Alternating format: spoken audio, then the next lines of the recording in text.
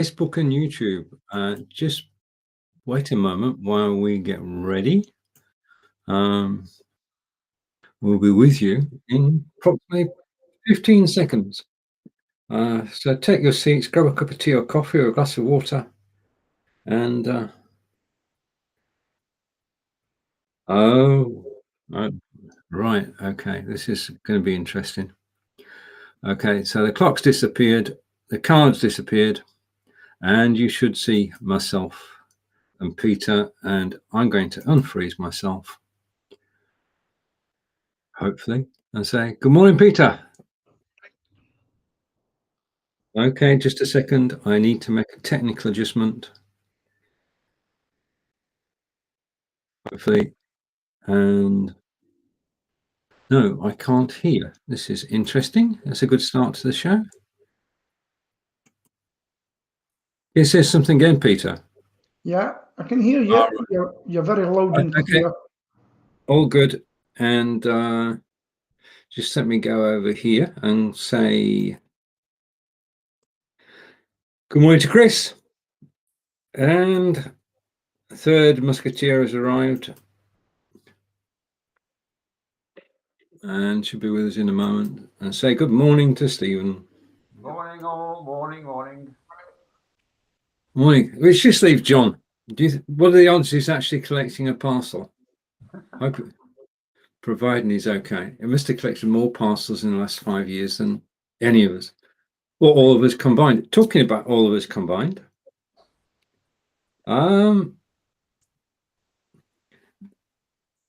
first point is Diane. Is it? I just need to get her name right. Yeah, Diana Coates, is it, or Denise Coates? And 469 million last year, which is more than the FTSE 100 chairman put together. Right. Okay. Well, that story obviously excites everybody. So. No. Well, if you're wanting a comment on it, good luck to her.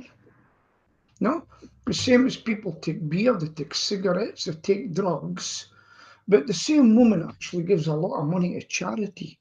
If you didn't know, she gives a lot of money to charity, and she's an entrepreneur. I don't know how she started, but she probably was in a back room. How she started, it was her dad had a small betting shop in Stoke, and over the years and through bloody hard work, he turned it into this incredibly big empire, worldwide empire. How many people does she employ? Thousands. Okay, now I remember an entrepreneur saying once, he had a factory and the staff said, we're going on strike. We've made your business for you, the union man. He says, is that right? Okay.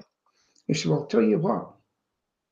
He says, if you go out on strike, the minute you go, I'll lock the gates and I'll shut it down. Yeah, they said. They come out on strike, you lock the gates and they shut it down. He says, what's happening? He says, but you've withdrawn your labour, I'm retiring now. And that was it. And that happened a couple of years ago. I think it was the steel place, the Indian chaps bought up in Scotland. And the union guys said, well, wanting this, and we're wanting that, and we're wanting this, and we're wanting that, and we're wanting this. And he says, okay, then, tell you what we're going to do, we'll shut it down. I'll tell you, the union guy didn't last long after that. He was ousted. And the combatants was, okay, we'll agree to your terms. Without wishing to burst your bubble and your anti-union rant, it's alleged that she pays the best, that Bet365 pay the best rates for employer, what I'm trying to say, best salaries in the area, if not in the region. And she dabbles, she's built an empire based on gambling, and so have quite a few other people in the world, and there's lots of harm caused by people gambling beyond, as they say, beyond when it's fun. Yeah.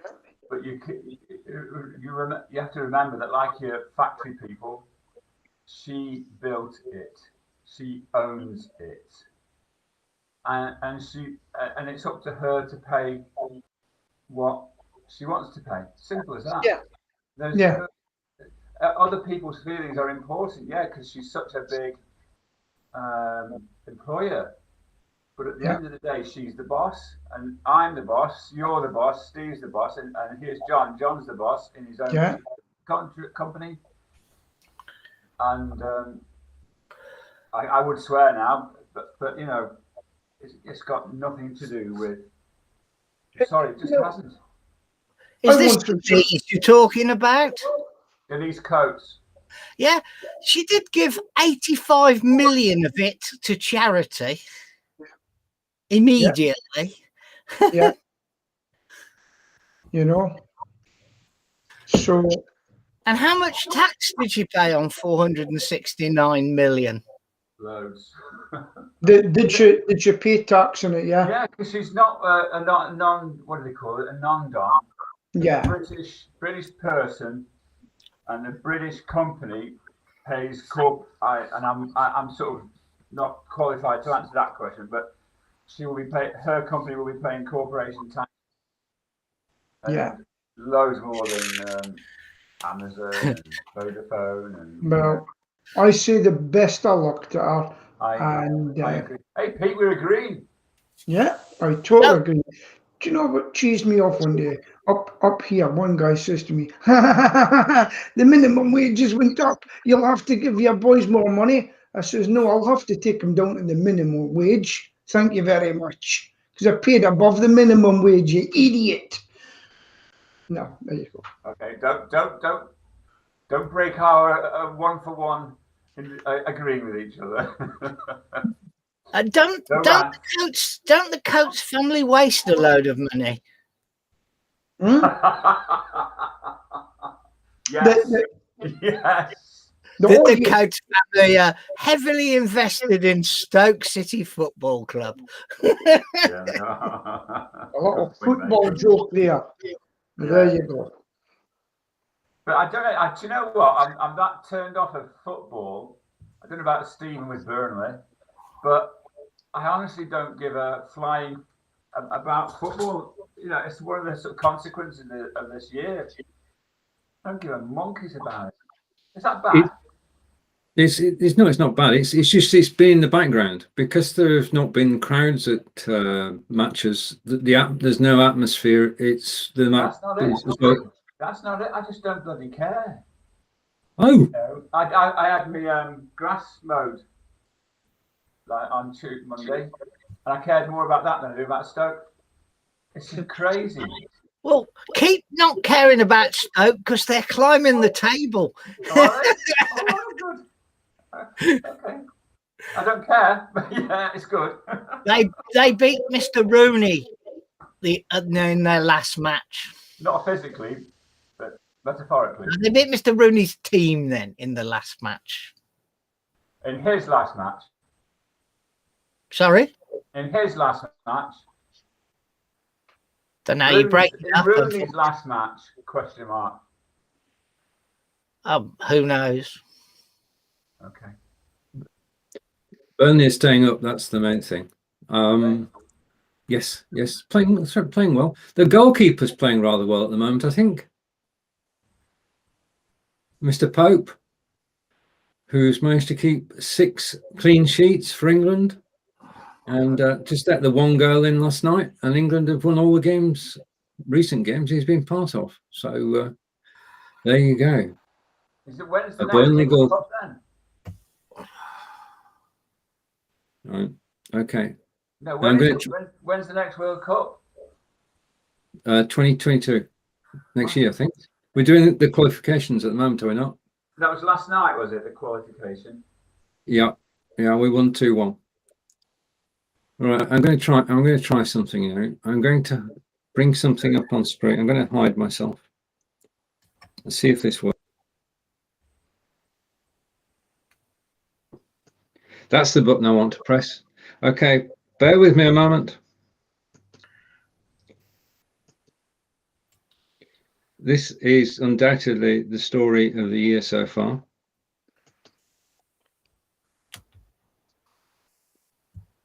Now, good news from the Suez Now, Canal. that giant ship that was blocking it for nearly a week has been freed. The Ever Given, which I'm sure you've been following, is 400 metres long, carrying 18,000 containers, and it's been wedged across the canal for close to a week. It took 13 tugs and the removal of tens of thousands of tons of sand to eventually free her, and much to everyone's relief, that's now been done, given this is one of the world's busiest shipping routes. Our global trade correspondent, Darshini David, has more. For 6 days, it's gripped and confounded the world. But the bottleneck sealing one of the busiest shipping lanes has been uncorked. The Ever Given, owned by company Evergreen, is finally on the move, thanks to a fleet of tugboats, diggers, and an exceptionally high tide. Moving the ship was never going to be easy. The 150-year-old canal is less than 300 metres wide. By contrast, the megaship is 400 metres long and 20 times heavier than the Eiffel Tower. Almost 30,000 cubic metres of mud have had to be shifted. Also shifting, the cost. Carrying 20,000 containers, the Ever Given is the answer to our growing shopping list. A similar number of ships go down the canal as did 40 years ago, but now they're carrying more than 3 times as much. Around 52 go through.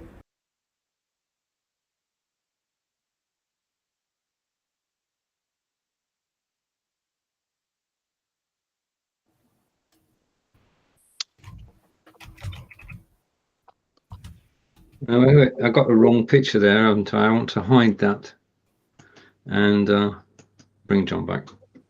Okay, just a reminder that we can actually play a live video or play a recorded video to illustrate our stories. Was that a YouTube show? It was, yeah. If it's on YouTube, we can play it. So if you want to tell a story and illustrate a point, we can do that. But that's one of the big stories, obviously, because that was costing everybody. And that the master of the vessel is going to be prosecuted because he was doing 13 and a half knots and the speed limit is 9 knots. Wow. If he'd been doing 9 knots, he would have been able to keep control of the vessel, according to the latest missive. The sheer tonnage of that boat. Yeah. It's just amazing. It was the wind that was the problem because it's so high. The wind caught it. Amazing story. Wasn't it Yeah. 15 billion pounds worth of stuck in a traffic jam, a boat jam, traffic jam? Yeah. And it's one of the only places where you can zip across and avoid going via South of Africa, isn't it? Yeah, it cuts weeks off, days off the journey. I mean, it carries 12% of the world's trade. So it's a very important waterway. I mean, we battled for it in 1956, did we not? I can't remember. It was earlier than that. You know about the Suez War? It must have been earlier than that because my dad has a Suez Canal medal. And he wasn't in the services in 1956. So, shall we find out when it was? Okay.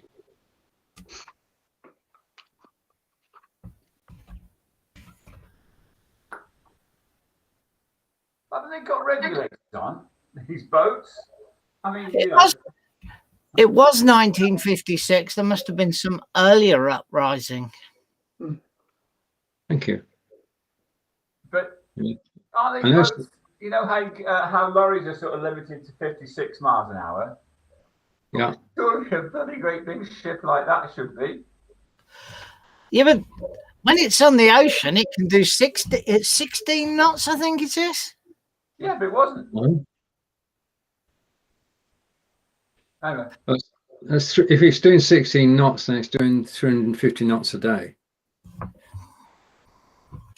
It's a quick bit of maths. 300, no, more than that, 370 or 380. Yeah, it was doing 13.5 knots when it ran aground. And the canal limit, absolute maximum is 8.6 knots.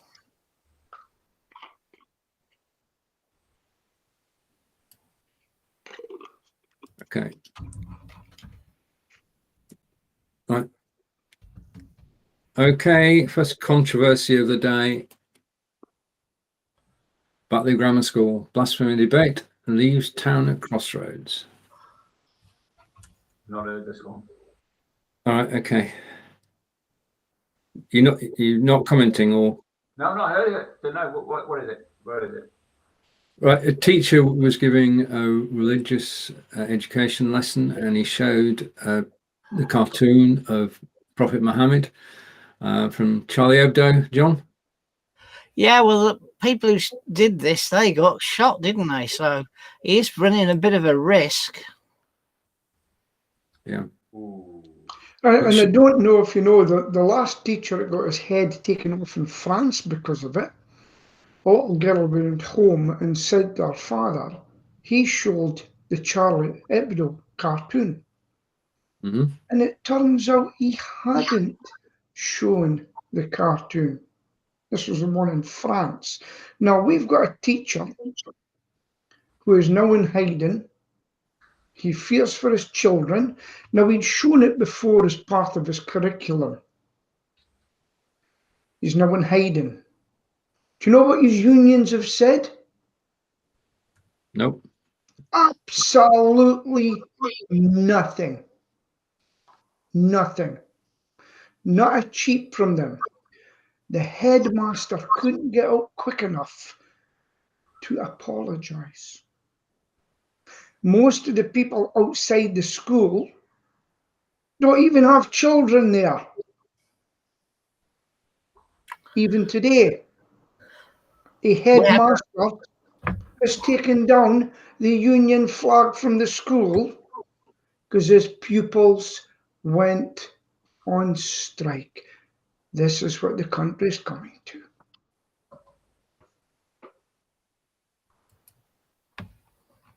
Silence. I think basically the issue has been highlighted, but then it's been hijacked. I agree with Peter that the people protesting at the moment have nothing to do with the school, but we are we not a religiously tolerant society? I mean, we are a Christian country, but we allow freedom of worship in any religion. Sorry, Stephen. The real issue you've got here is that we're thinking, oh God, we should. Oh dear, we're thinking, how can we comment on this? And we're worrying that we might say something out of turn, or we might say something which could put us in danger. But then I then think to myself, well, hold on a minute. What is old chief of everything Johnson saying about it? What is Starmer saying about it? Nothing. Exactly. Yeah. So I, as I said, I felt a bit weird then, sort of thinking, oh, what should I say? And I decided not to say anything. But I'm not feeling bad about that because none of our inglorious leaders are doing it. So I don't have an answer for that, Stephen. Sorry. There was a radio host yesterday morning said, I'll tell you why I'm not. Was it last night? He said, no, two of them said, I'll tell you why I'm not showing you the cartoon, because I don't want to be killed. That's why. I'm not putting my kids in danger and my life in danger for showing it. I should be allowed to show it. I'm not. No, there's something else I want to talk to you. Have you read the report this morning that we are the most tolerant country regarding ethnic minorities, etc.? And what's been on? Number 10 did it, Pete? Number 10 did the report. Right. Okay. Was it number 10? Somebody's done a report and it's so. Are you saying it wasn't right then, Stephen? No, I haven't seen a thing, but I've seen comments. I've seen comments from people, just a couple of people. That's all. Saying so I'll tell you what. Rubbish. let's don't do any reports, because whenever we do a report and waste our money, the other side will get more publicity as to why it's not right. I live in hey, my neighbour is a black man. We get on very well. I let him borrow my tools and everything. I don't see it up here. And we are a multicultural place, you know. Where's the Chinese newsreaders? Where's the Chinese newsreaders? Do you see any? You mean on BBC, for instance, or ITV? Anywhere. Where are they? Where's the Korean newsreaders? Well, Peter, if you think how many nationalities actually live in Great Britain, it's just not possible. You can actually pick one that is and one that isn't, and it's you can't say, okay, we must have one of these, one of these, one of these, and one of these to be a fair situation. You're wrong there, because BBC have got a policy of putting so many the type into their company, and in management, even if they're useless, they fit the criteria. That's the problem. This is quite deep, isn't it, for Thursday morning? It is, yeah. It's even worse for an April the 1st. I can't make a mind whether it's joking or not. Listen, here's the thing. We were on a show yesterday. I watched John, Stephen, can you explain cancel culture to me? Who's with Stephen? Me? Stephen, no, Stephen, so what's cancel culture? What is cancel culture? I don't really know. Is it like? You tell me. You tell me. Okay, well, I'll give you an example. Piers Morgan refused to apologise for what he said about Meghan Markle. He says, I think she's a liar. ITV said to him, you've got to go on and apologise for it. He goes, no. So he was cancelled. Well, no, he was actually fired because he's no, he wasn't. Oh, he did resign. He resigned rather than apologise. No, what baffles me is that cancel culture is an American term. Yeah, but everything, when they sneeze, we get a bit after. So in turn, Sharon Osbourne stuck up for, she got her show cancelled in America. She's suing him for a lot of money, by the way, $10 million. I love this thing about we're suing you for $2.7 billion. No, you're not. You're suing for an eventual judgment of an amount of money. And the fact that you're sort of saying out up front, and I think it's my job in America, it's just craziness.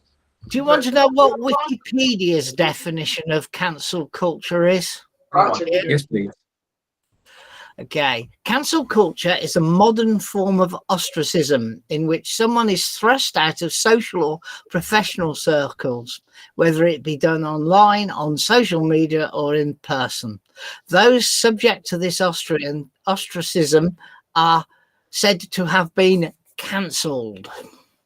This is like that lunatic fringe in the Senate or the House in the US, moaning and bitching about, I'm being cancelled on TV, in the Houses of Parliament.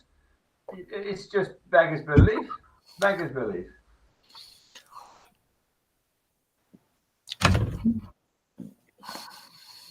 There's a new TV programme called GB News starting, and people are actually saying to the suppliers of telephones and everything, if you do an advert for them, we'll be cancelling you. Before it even starts, they've made up their mind, you're being cancelled. And as I was saying yesterday, we're going to be a 50-50 society, because another phone company will say, hey, we'll advertise you. We'll take 50% of their work as well then. Thank you very much. No, Stephen said yesterday he reckons GB News will last 6 months. I did. I'm up upon £100 bet it lasts longer than that with you. Shake my hand. No way. Give it Don't to bet. charity. We'll give it No, to I don't charity. bet. No. I can have an opinion. I don't need to reinforce it by giving money away. If I lose. Right, okay. I'll tell you what I'll do. I will give £100 to a charity if it doesn't last more than 6 months. And what about this new Scottish party? Will that last 6 months as well? What do you think about that then, Super? Well, when I didn't understand it at first, but it's a very dangerous position. And George Galloway is working like mad to I didn't think it had anything to do with it. I thought this was headed by the man that she upset. Alex Salmon. So what happens is there's two. You vote for two people, right? Now you get 4 for the parliament, and then there's the regional, right? But they got the parliament once, but they didn't get so much in the regional. So this is why Alex, he's not going for the parliament once. You can only get about 4, right? It's less. So they're going for the regional, so they'll have more clout. But George Galloway, who has left London and is now in Glasgow, and he's formed a party called the Alliance for You, something like that, right? It's an alliance party. And he's actually out there getting in touch with the Labour voters, the Liberal voters, every voter. George Galloway is even going to vote for, can you tell me who he's voting for? Cats. Conservative. He says, this is the first time in my life that I will be voting Conservative. And it's all about ousting the SNP.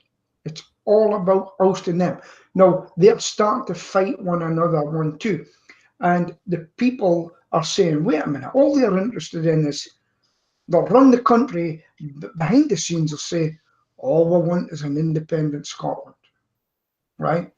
Now, you've got people that are in the party saying, yeah, but if we get an independent Scotland, you're getting right back into Europe if you can.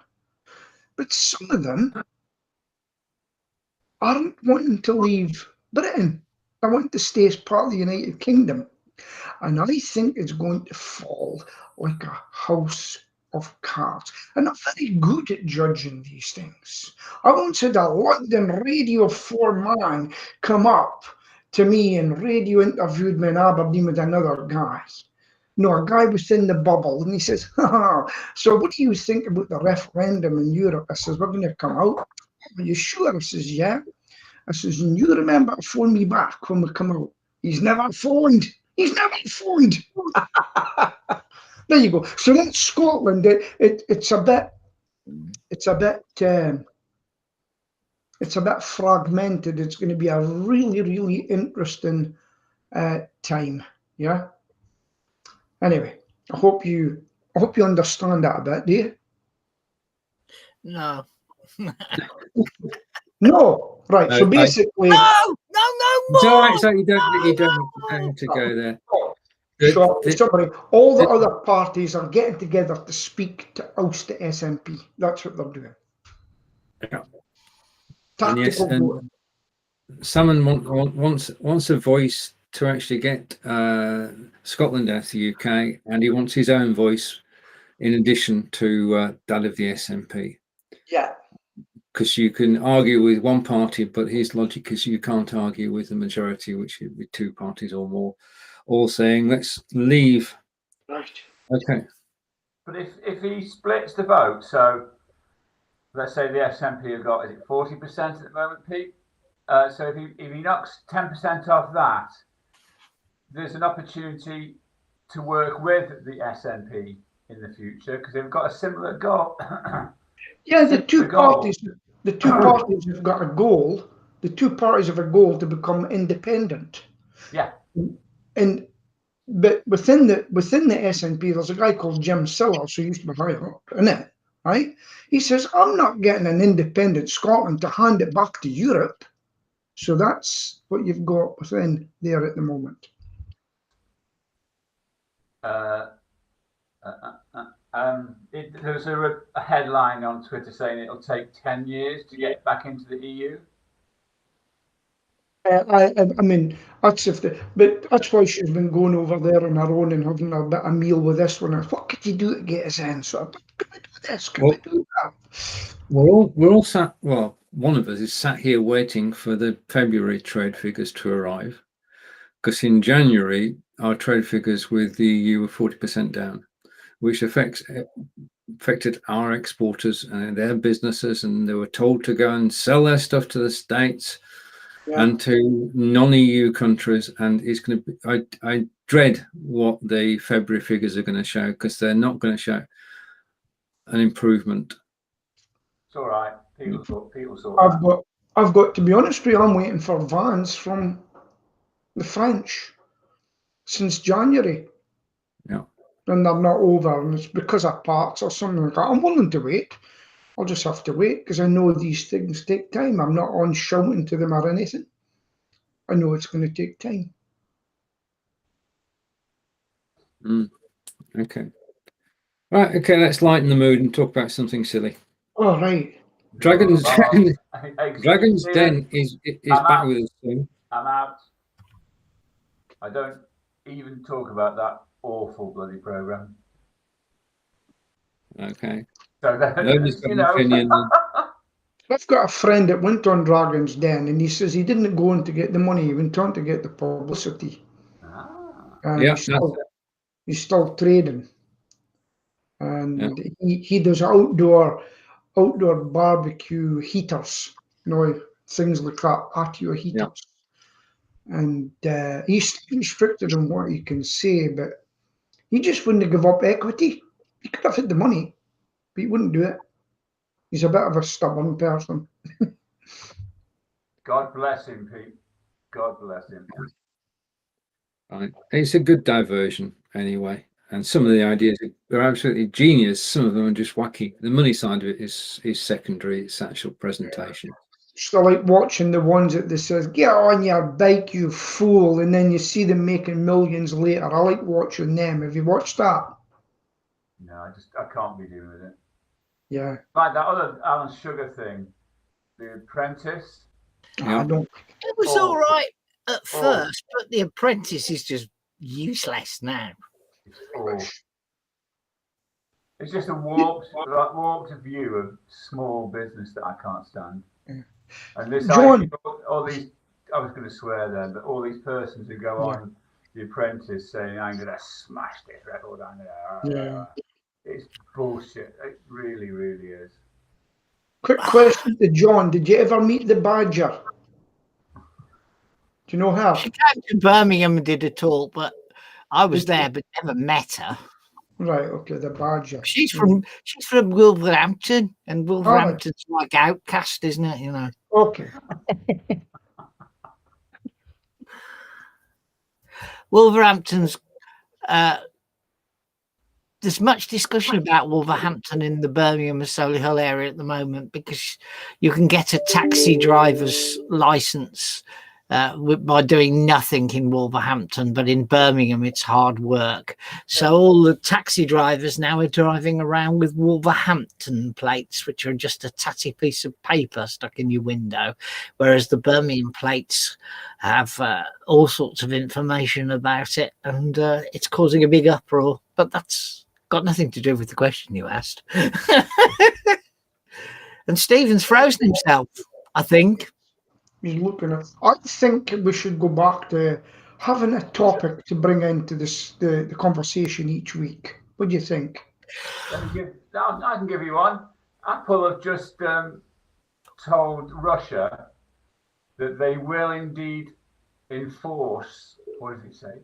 It will enforce the Russian iPhone owners to force them to comply with the new Russian legislation that the Russian authorities can pre-install apps as part of the setup, and that you now have to go through a process of starting the thing up and then downloading some Russian apps. I bet they'll be quite very, very helpful to the users. Yeah. Well, we don't know what comes preloaded on our phones anyway, because unless we see the icon on the screen, we don't know. Yeah. Well, when I got my last Samsung phone, I took at least 15 apps off that I didn't want on there. So Well, crapware, isn't it?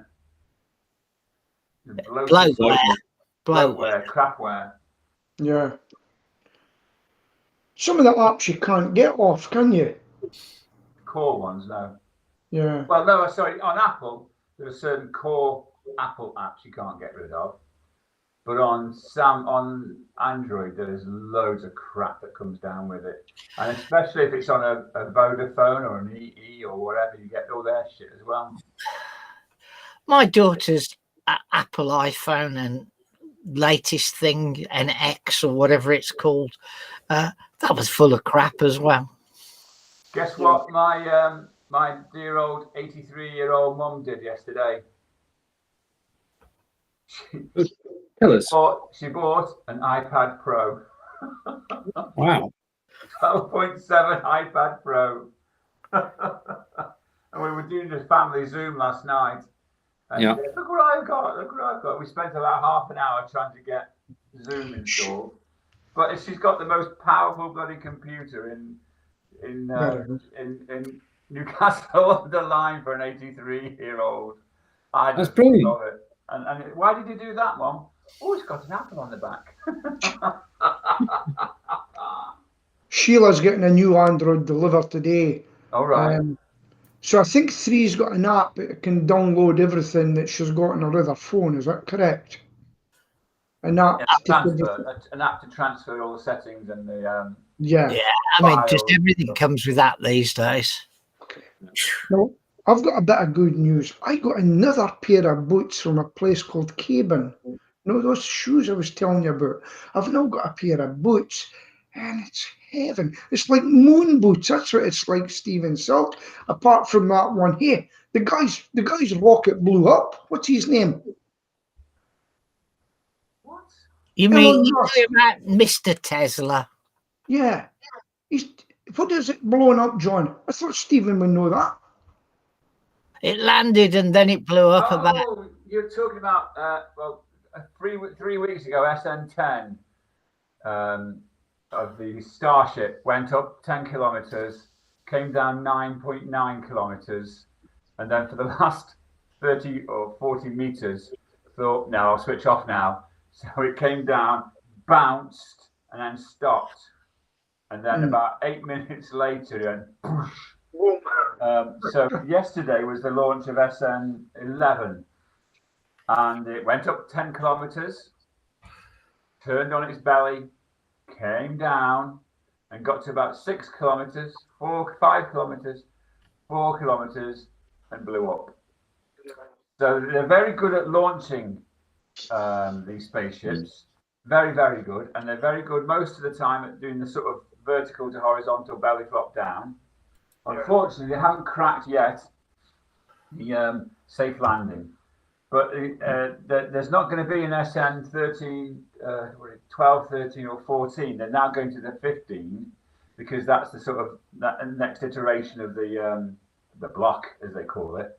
But after that 15 goes up and hopefully comes down safely, there'll be a brand new series called SN20 onwards.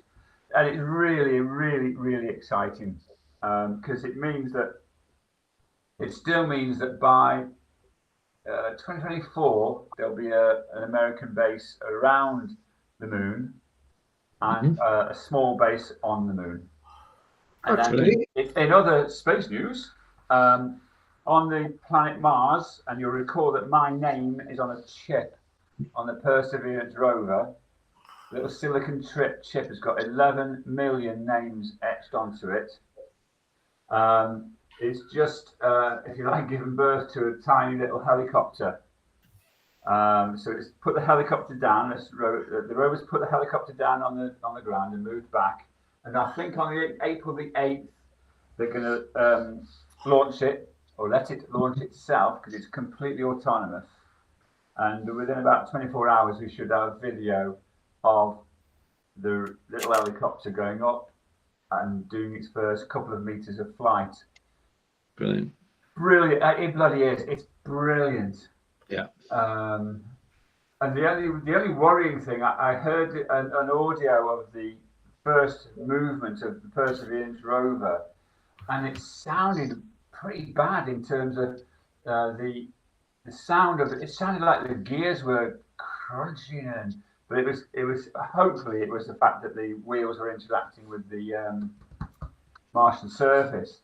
But apart from that, everything is just. I think there's over 10,000 images now on the NASA website. It's a stunning piece of engineering and science. And now that you've got your name in it, do you think they could zap down to you and get a better Wi-Fi?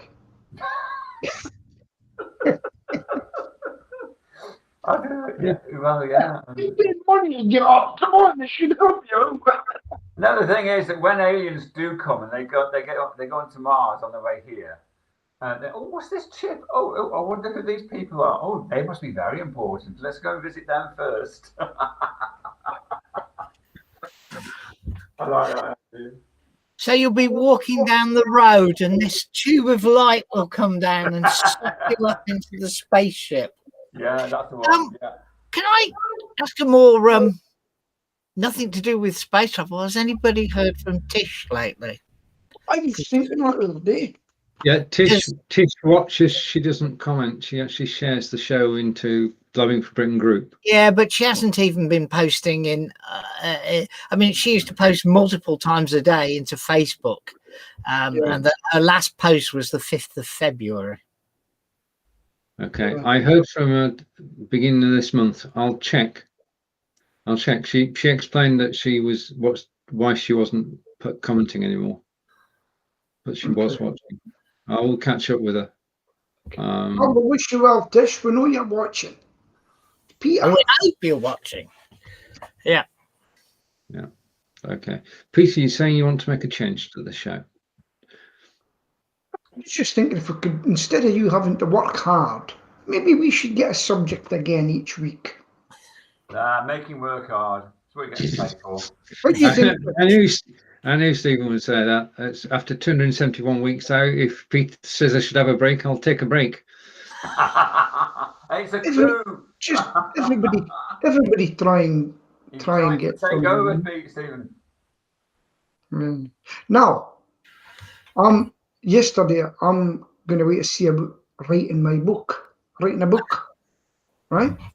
Mm-hmm. And I've been thinking of it. What I'm going to go? I think I'm going to call it Rat's Life, and with something underneath. My life, something about my business and me. My epic journey. Yes, aye. So I'll think about a tagline underneath. But what do you think of Rat's Life? It's you dirty rat. I don't know whether is it a gangster or a. Be truthful. Just say what you say, not altogether. Okay. Stephen Healy, what do you think? I think you should go for it, Peter. Just do it. Don't think on it. Just do it.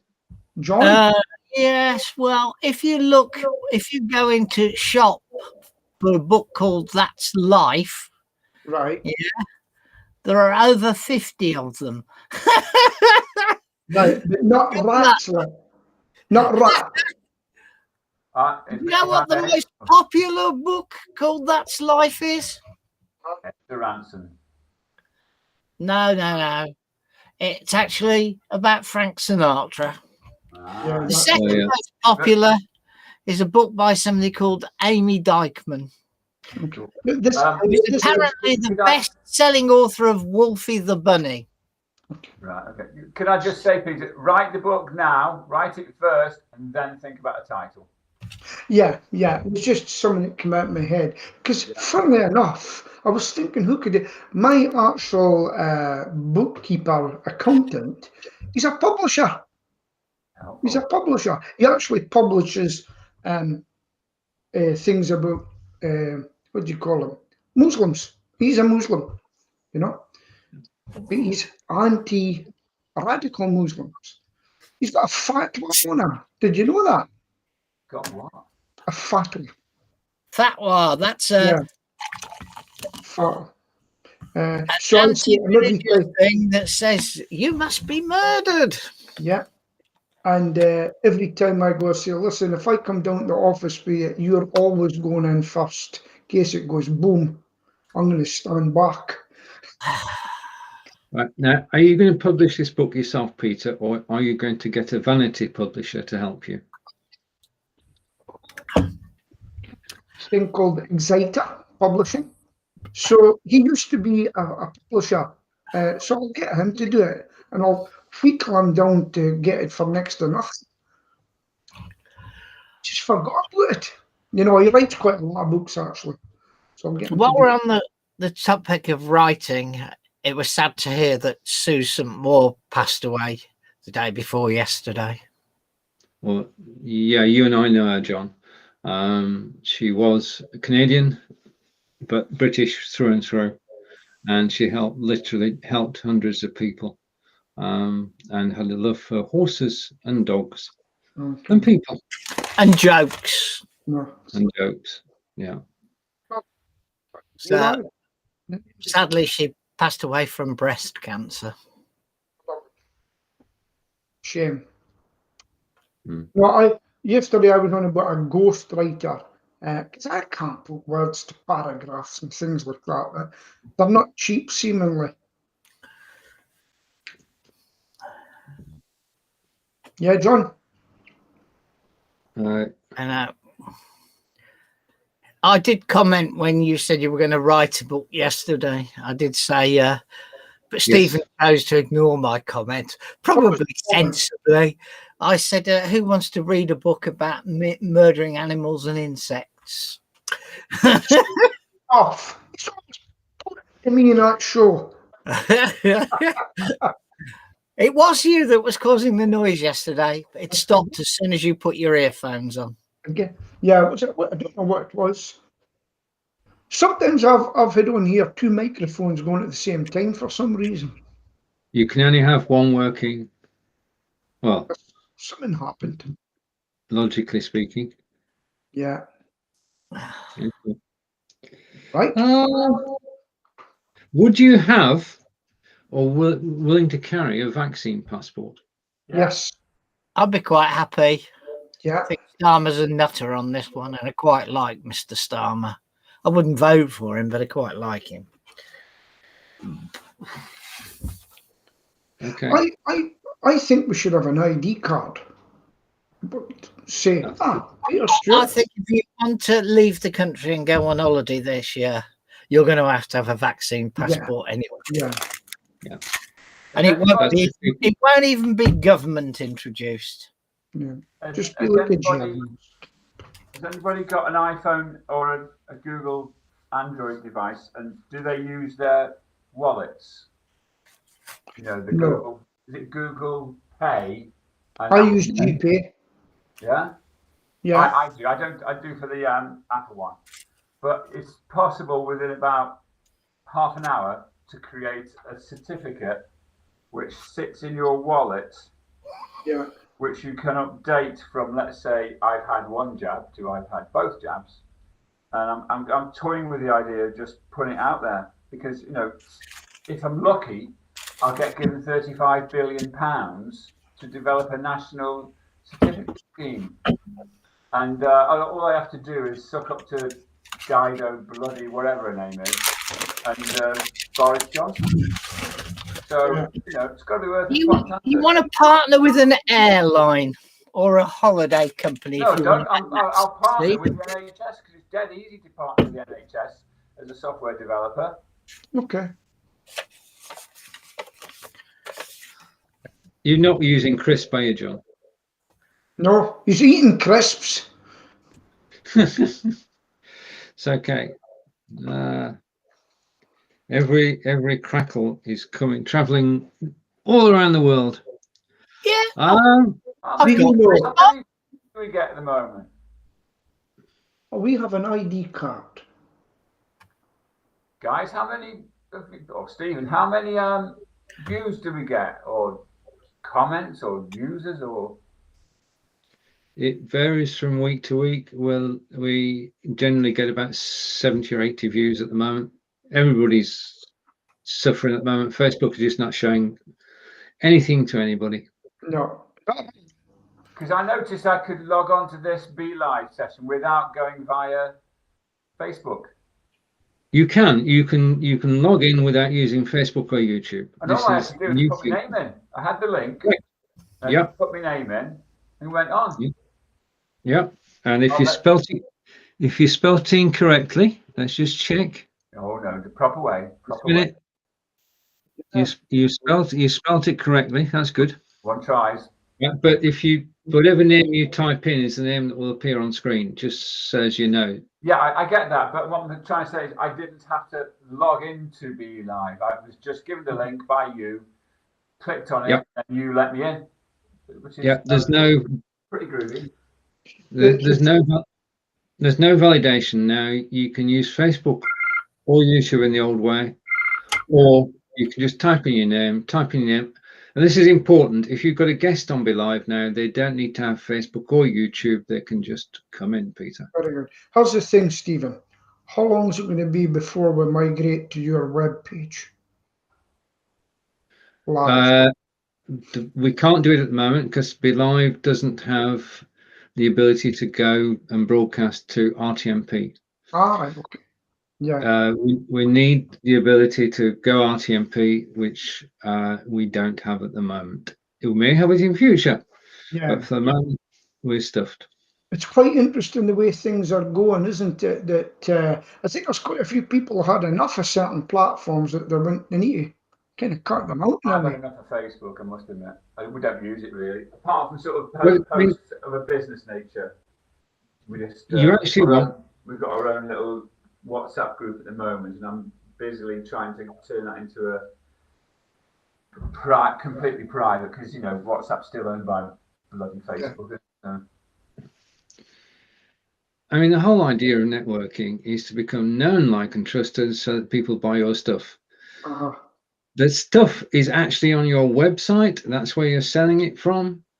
So if you broadcast on your website, it just makes so much sense, because they come to watch you, they read your blog posts, and then they will browse your shop whilst listening to you. So instead of surfing about Facebook and YouTube, they're surfing your website.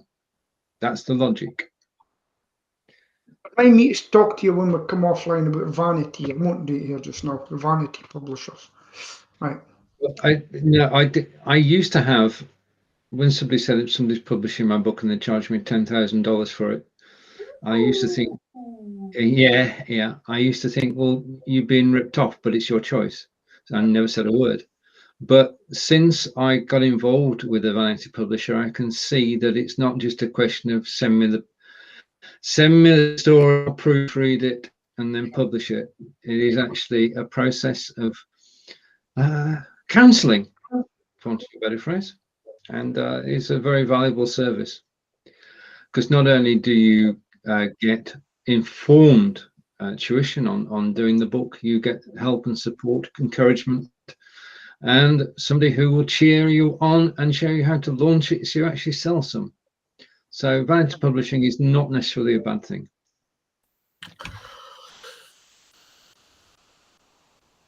What do people think about the TV license? It went up to £159 today. Is it value for money? No.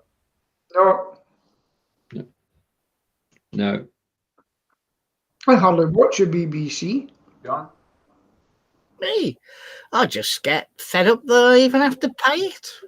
So don't get rid of it. Feel I'm paying twice because I pay Virgin Media to receive the BBC. The BBC will be here in 5 years. So should Virgin Media be paying my TV license? Right. Yes. Decision has been delayed on the future of the BBC until 2040. What? Which is a bit away. They can't dismantle it overnight, so they have to plan its demise, and it can't. They can't. Years?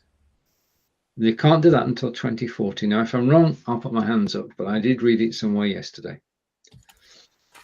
That means it'll go by next Thursday, because there's no way that the advertisers in the world and the Googles of the world and the Netflixes and Amazon, they're not going to put up with that. They really aren't. Yeah. So they'll find a way. They'll find a way. Controversial, I know, but there you go.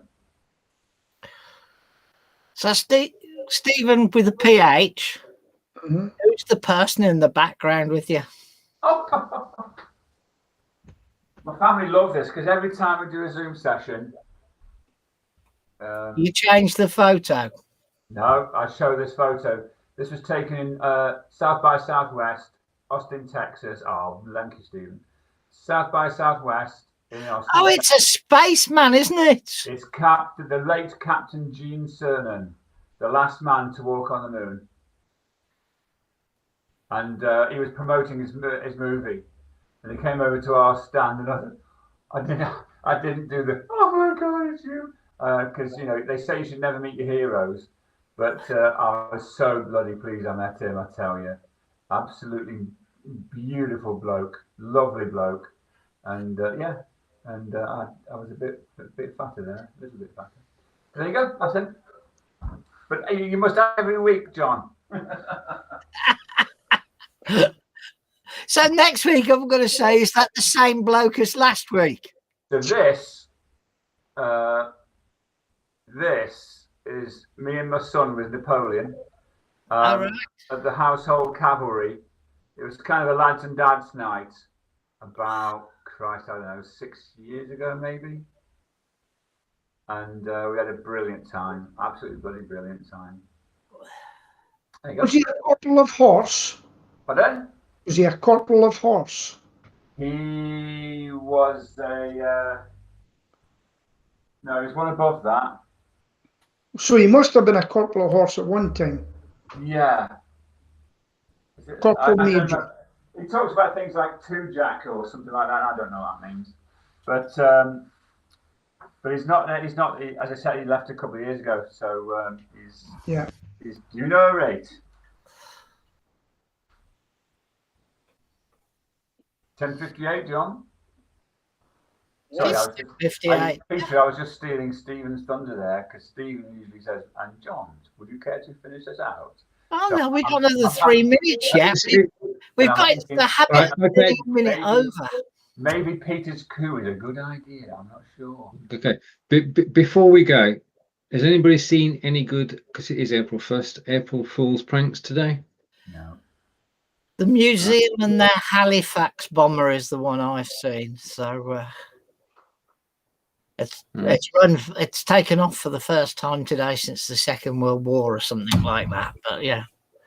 I had one in the Pest Control where people said we branched out, we're selling wasp honey, and it was very good. And but wasps don't do honey. John, Stephen, would you like to do John? Like do it again, and then John can talk it out.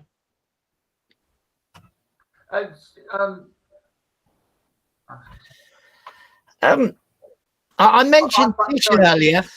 Tish regularly posted about aeroplanes and where they are in the world. Yeah. As a result of our blown off course ship, I've discovered there's a thing called Vessel Finder that does exactly the same for ships. I found that too, and if you look at the maps of the flights, then they're nothing compared to the ships. Can you share it, John? I'll disappear. So because it's just fascinating. I've got to remember how you share your page. We'll be here next week when John's finished sharing his page. In the meantime, no, Chrome tab. Okay, just a second. I'm going to turn my camera off. Is that giving you what we were talking about? Not yet. There we are. Oh, yeah. That's a lot of ships. Yeah. Yeah. It's not safe out there, is it? No. Good God. I was trying to zoom in on the channel. Look, that's the English Channel. There's They're not going much. every which way. Now, can you hear me? No. Yeah. We can. So, is everybody underneath? I can't get it to work like that with everybody in the waiting room. So if we click this one here, it tells us all about the ship, Wow. and it's going from France to Portsmouth because it's a Brittany ferry. Ah. I actually use that for the business because I do the ferries in Aberdeen to see where they are and get them done when they come in to look at them. It even tells you I'm when afraid it was I've got to built, go, chaps. what its tonnage, I'm how afraid long it is. I'm afraid I've got to go, chaps. So see you next week. Bye bye. Stephen, bye. Bye bye. That's quite interesting.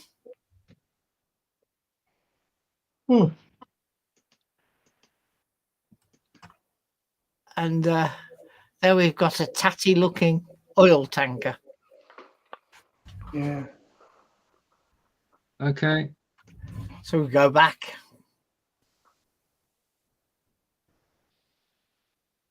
John, it's over to you.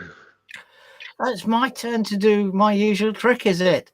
Yep. So it's goodbye from Stephen from Stoke, who's already gone. And it's goodbye from Stephen from Wiltshire, who's off for his walk up the locks later. And it's goodbye from Peter, who's going to go and kill a few wasps or something like that today. So, okay.